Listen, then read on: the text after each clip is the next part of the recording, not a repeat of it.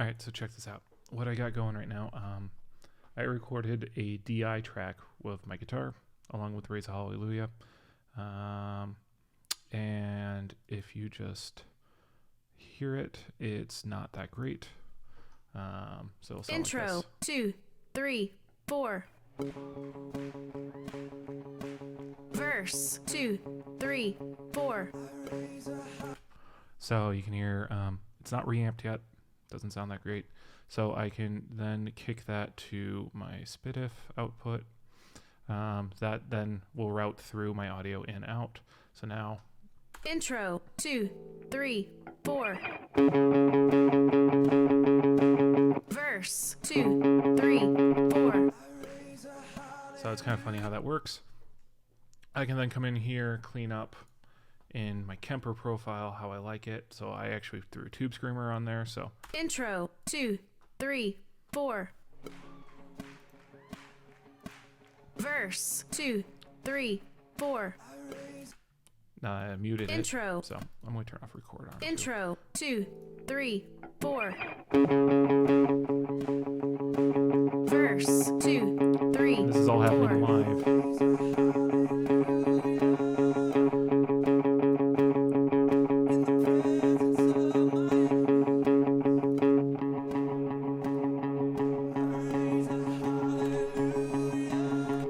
So I added my stereo loop back in. I can change the amp on the fly, whatever I want to do. Same thing you can do recording just straight in with waves, whatever you're doing. Just get a nice raw DI guitar in.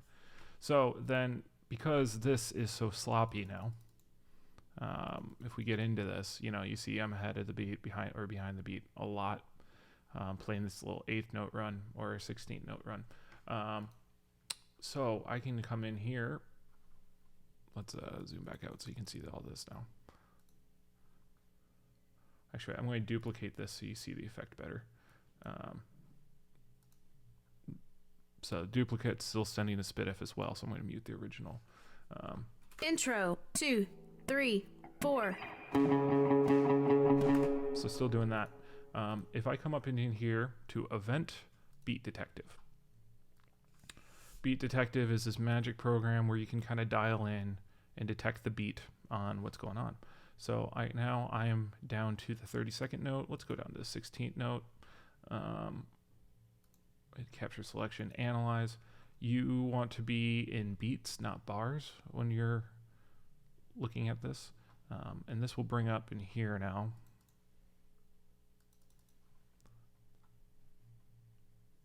You can see it grabbing everything. So if we line up all the way, let's go back to the beginning here.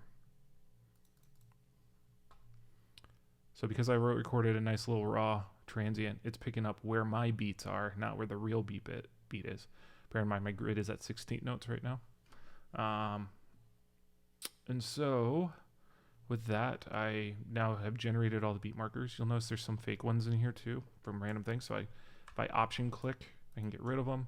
I can also come in here and grab a new one and create one. You just grab a beat line and you move it. So like if I just click randomly, sometimes it appears, but generally I find you got to grab like something like that. And so what I typically do is I'll do a quick scrub just through this, double checking everything kind of grabbed itself nicely and pretty. That looks nice and clean. So then I go back here to clip separation. And then we go in here, double check all our settings. Everything looks great. Separate.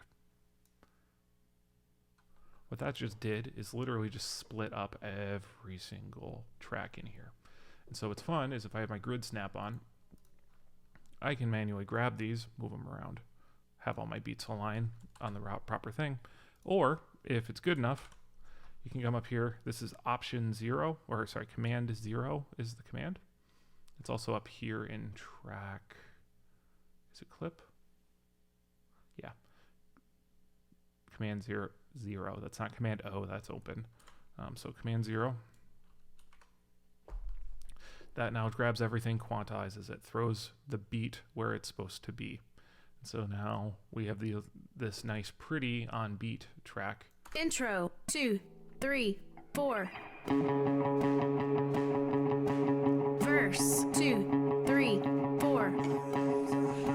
Thanks to my slop, it still sounds pretty authentic, but now it's on beat. Now you'll probably be like, well, if you hear it real close. Intro 2. Let me turn off the reverb. Intro 2, 3, 4.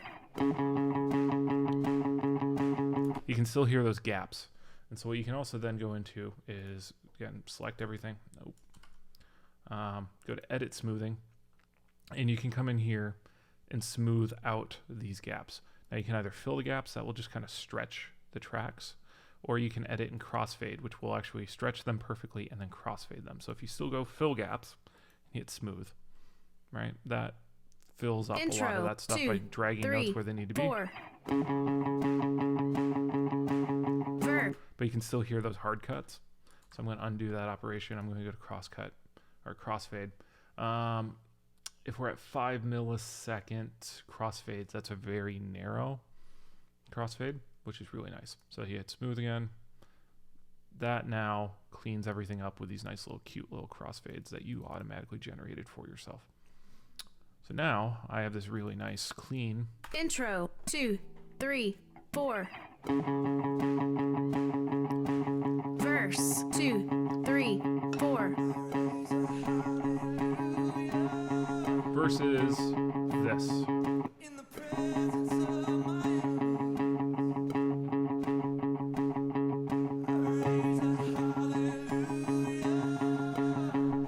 You can set your watch to it.